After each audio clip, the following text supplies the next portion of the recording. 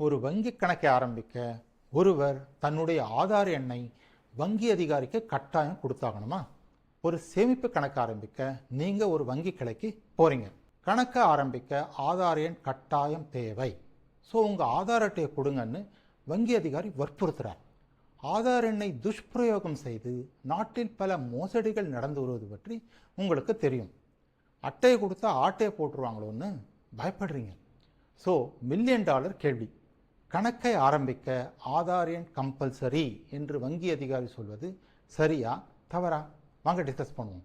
ஒரு வங்கி கணக்கை ஆரம்பிக்க நோ யுவர் கஸ்டமர் KYC என்ற செயல்முறையை பின்பற்ற வேண்டும் என்பது ரிசர்வ் வங்கியின் உத்தரவு. KYC செயல்முறையில் எந்த ஆவணங்களை பெற வேண்டும் என்று ரிசர்வ் வங்கி வங்கிகளுக்கு தெளிவுபடுத்தி இருக்கிறது. கணக்கை ஆரம்பிக்க விளைபவர் மத்திய அல்லது மாநில அரசின் மானியத்தை பெறும் பயனாளியாக இருந்தால் அவர் தனது ஆதார் எண்ணை கட்டாயம் வங்கியில் சமர்ப்பிக்க வேண்டும். இதற்கான காரணம் உண்டு. மானியம் வழங்குவதில் கடந்த காலத்தில் பல முறைகேடுகளும் மோசடிகளும் நடந்துள்ளன.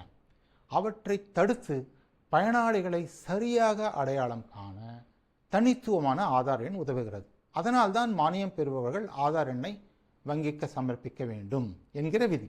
சரி, வாட் அபவுட் மானியம் பெறாத மற்றவர்கள்? மானியம் பெறாதவர்கள் ரிசர்வ் வங்கி குறிப்பிட்டுள்ள 6 ஆவணங்களில் ஏதாவது ஒன்றை வங்கிக்கு சமர்ப்பித்தால் போதும்.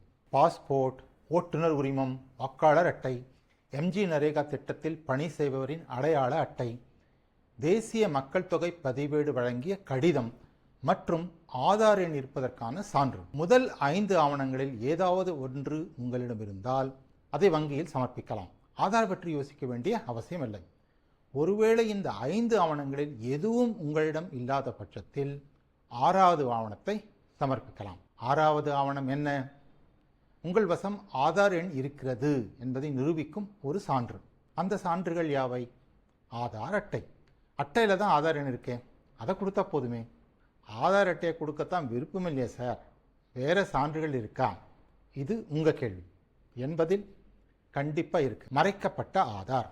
முதல் 8 இலக்கங்கள் மறைக்கப்பட்டு கடைசி 4 இலக்கங்கள் மட்டுமே காணப்படும் ஆதார் அட்டை. UIDAயின் இணையதளத்துக்கு சென்று மறைக்கப்பட்ட ஆதார் அட்டையை அச்சுப்பிரதியாக அஞ்சலில் பெறலாம். மின்னணு வடிவத்திலும் பதிவிறக்கம் செய்து கொள்ளலாம். அச்சுப்பிரதி அல்லது மின்னணு ஆதார் அட்டையை நீங்கள் வங்கி அதிகாரிக்கு கொடுக்கலாம். Secure QR code. ஆதார் அட்டையில் ஒரு QR கோடு இருக்கிறது. அந்த கோடை வங்கி அதிகாரி ஸ்கேன் செய்ய நீங்கள் அனுமதிக்கலாம். ஆதார் eKYC XML ஆவணம். இதனையும் UIDAயின் இணையதளத்திலிருந்து பதிவிறக்கம் செய்து கொள்ளலாம்.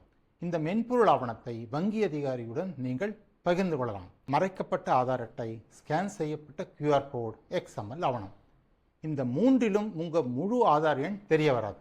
உங்கள் பெயர், புகைப்படம், பாலினம், பிறந்த தேதி, விலாசம் போன்ற விவரங்கள் மட்டுமே இருக்கும். அவற்றை வங்கி அதிகாரி UIDயிலிருந்து ஊர்ஜிதப்படுத்திக் கொள்ள முடியும். உங்கள் KYC செயல்முறையையும் பூர்த்தி செய்ய முடியும். ஸோ சுருக்கமாக சொல்லணும்னா, கணக்கு ஆரம்பிக்க அரசு மானியம் பெறுபவர்கள் மட்டுமே தங்கள் ஆதார் எண்ணை வங்கியில் சமர்ப்பிப்பது அவசியம். மற்றவர்கள் நான் குறிப்பிட்ட 6 ஆவணங்களில் ஏதாவது ஒன்றை சமர்ப்பித்தால் போதும். 6 ஆவணங்களில் ஆதார் வைத்திருக்கும் சான்றும் ஒன்று. மறைக்கப்பட்ட Aadhaar, Aadhaar QR code, Aadhaar XML ஆவணம். 3 சான்றுகளில் ஏதாவது ஒன்றை வங்கி அதிகாரிக்கு கொடுத்தால் அதை வைத்து உங்கள் KYC செயல்முறையை அவரால் பூர்த்தி செய்ய முடியும். இல்லை ஆதார் எண் கட்டாயம் வேணும்னு வங்கி அதிகாரி அடம் பிடிச்சார்னா அவரை ரிசர்வ் வங்கியின் அறிவுறுத்தல்களை சரியாக படிக்க சொல்லுங்கள். இல்லை இந்த வீடியோ போட்டு காட்டுங்க, கண்டிப்பாக வழிக்கு வருவார்.